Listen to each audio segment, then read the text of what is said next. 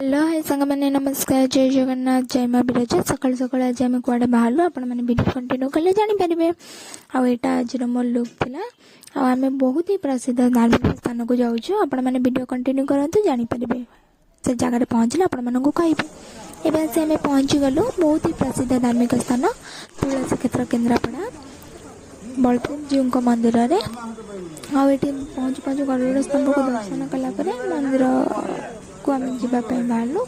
बहुत ही सुंदर मंदिर होता है देखो पहुँचु पहुँचु जगार भी दर्शन होगा मंदिर भितर मंदिर जगार दर्शन सारिक मंदिर भितर को गलु मंदिर भितर फांका थिला जेहेतु महाप्रभु मौसी माँ घर को जाइछन्ति 9 दिन आउ देखो एठिकार भोग मंडप और मुक्ति मंडप भी बहुत ही सुंदर थिला आ जिते आम जाइचु महाप्रभु को मंदिर टिके न बुलिक आसले कौन हम तो आम जाइलु मंदिर भितर को ये गरुड़ स्तंभ को नमस्कार होती जेहेतु महाप्रभु मौसी माँ घर को जाइछन्ति तो पहड़ पड़ता तो ये आगे नाना ये पूजा करते राधाकृष्ण मूर्ति तो राधाकृष्ण मूर्ति पाखे टे नमस्कार हेलु नमस्कार होमें बाहरी गलु लक्ष्मी माँ मंदिर जावाई और लक्ष्मी माँ मंदिर आसिक देखो आम पहुँची गलु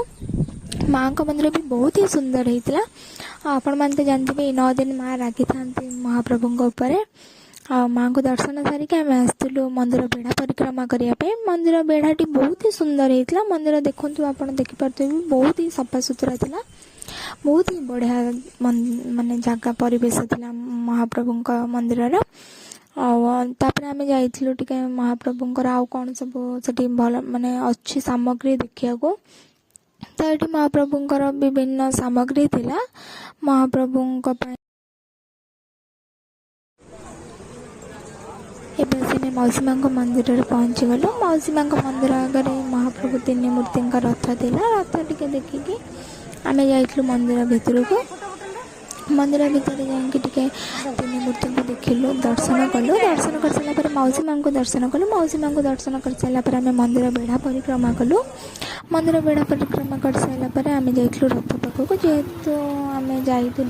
तो रथ नटाणी है ना रथ दौड़ी तो छुईक आम आशीर्वाद नहीं पारू महाप्रभुंर तो रथ दौड़ी टे छुई नमस्कार है आम जाइलु रथ बेढ़ा परिक्रमा करूँ रथ बेढ़ा परिक्रमा कर सारापर आम आउ गोटे जगह को जबार था तो आम पलि आसलु यदि आपण भिडियो भल लगे लाइक सब्सक्राइब निश्चय करें रही नमस्कार आपण मैंने पार्ट 2 देखिए आम आउ कड़े कड़े जाऊँ जय बलदेव जय जगन्नाथ जय माँ विरजा रही नमस्कार।